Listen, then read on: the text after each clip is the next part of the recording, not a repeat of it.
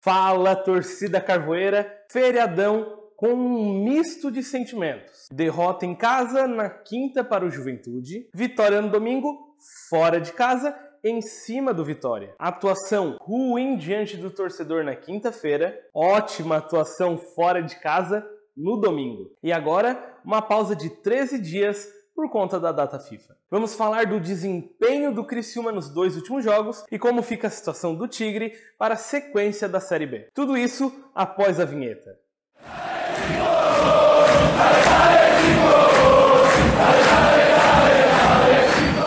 Fala, torcida carvoeira! Tá rolando um sorteio da nova camisa do Tigre lá no nosso Instagram. Quer participar? Então siga os seguintes passos. Primeiro, se inscreva no nosso canal e já aproveita para deixar o seu like, ativar as notificações para você não perder nenhum conteúdo. E depois é só ir lá no Instagram, seguir o nosso perfil, curtir a foto oficial, que é essa que está aparecendo aí na sua tela, e depois só marcar 2 amigos nos comentários. E você pode fazer quantos comentários quiser. Lembrando que o sorteio vai acontecer no dia 27 deste mês, no jogo entre Criciúma e CRB. O Criciúma é algo fantástico. Realmente não tem como entender essa paixão. Em 4 dias, o Criciúma levou o seu torcedor a ter, como diz a Paula Fernandes, um turbilhão de sensações. Senti assim um turbilhão de sensações dentro de mim. Na última quinta-feira, no feriado de Corpus Christi, o Criciúma recebeu pela 11ª rodada da Série B a equipe do Juventude.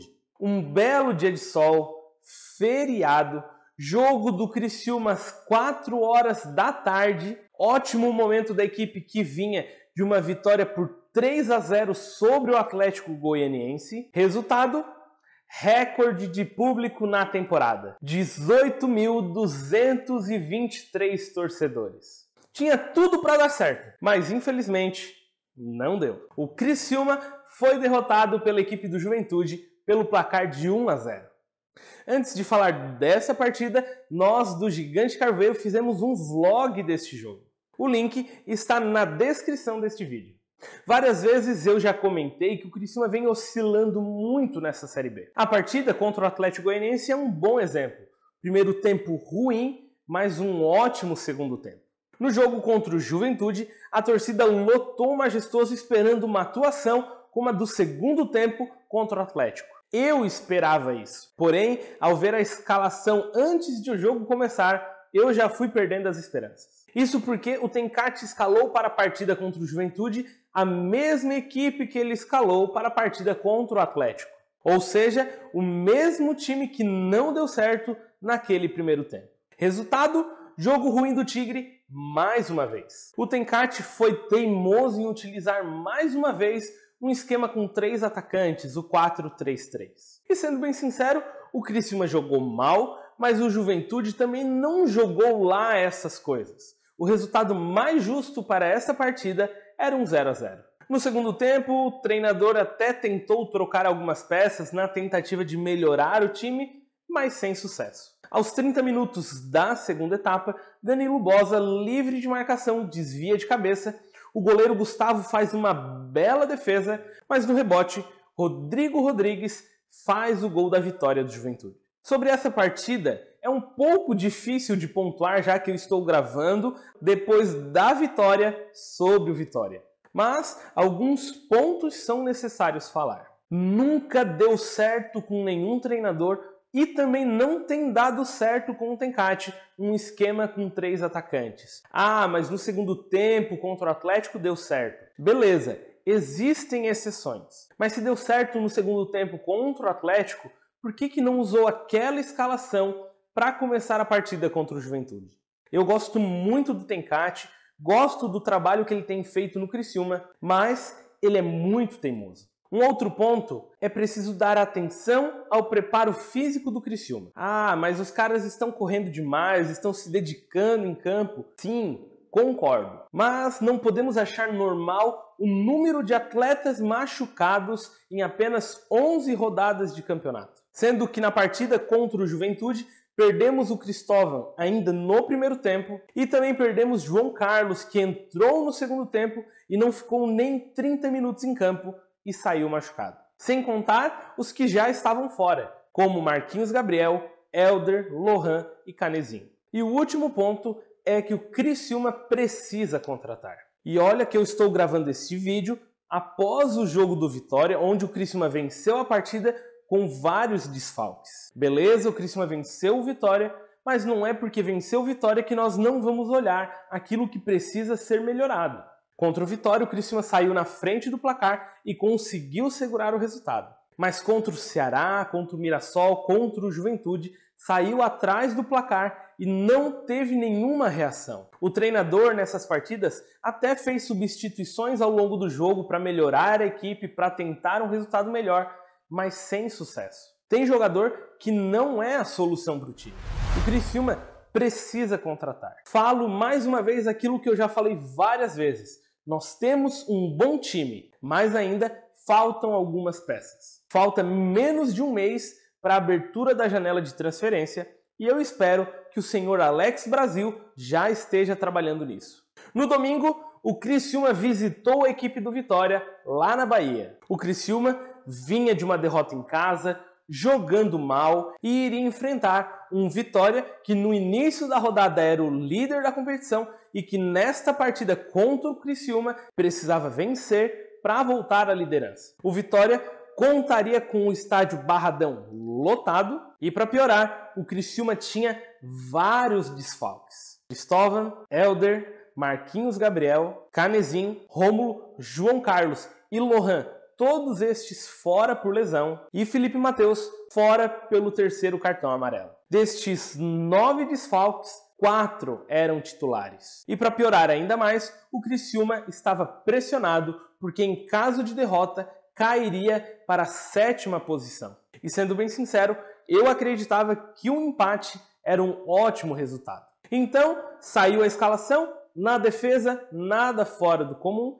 Já era previsto que o Claudinho iria substituir o Cristóvão, mas no meio-campo, um time completamente diferente. Dos titulares, somente Arilson. O Tencati colocou o Léo Costa, que até então só havia participado de 5 partidas na Série B, todas elas entrando no segundo tempo. Colocou o Miqueias, que também só tinha participado de 5 partidas nessa Série B, uma como titular, e esta partida como titular não havia jogado bem. E também colocou Ítalo Melo, muito questionado pela torcida. Eu, particularmente, gostei da escalação porque ele desistiu da ideia de 3 atacantes, preencheu o meio-campo e também não questionei as escolhas do treinador Cláudio Tencati, porque era justamente aquilo que ele tinha à sua disposição. E como a torcida costuma dizer, o Tencati sempre tem um plano, e na partida contra o Vitória, o plano deu certo. O Criciúma jogou bem e fez o seu gol logo aos 15 minutos da primeira etapa. Depois de um belo passe de Ítalo Melo,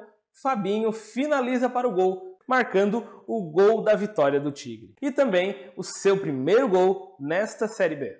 O Vitória partiu para cima do Criciúma como já era esperado, mas o Criciúma soube defender muito bem. Não correu nenhum risco, aliás, o Gustavo não fez nenhuma defesa. Final de jogo, vitória do Criciúma pelo placar de 1-0 e Tigre novamente no G4.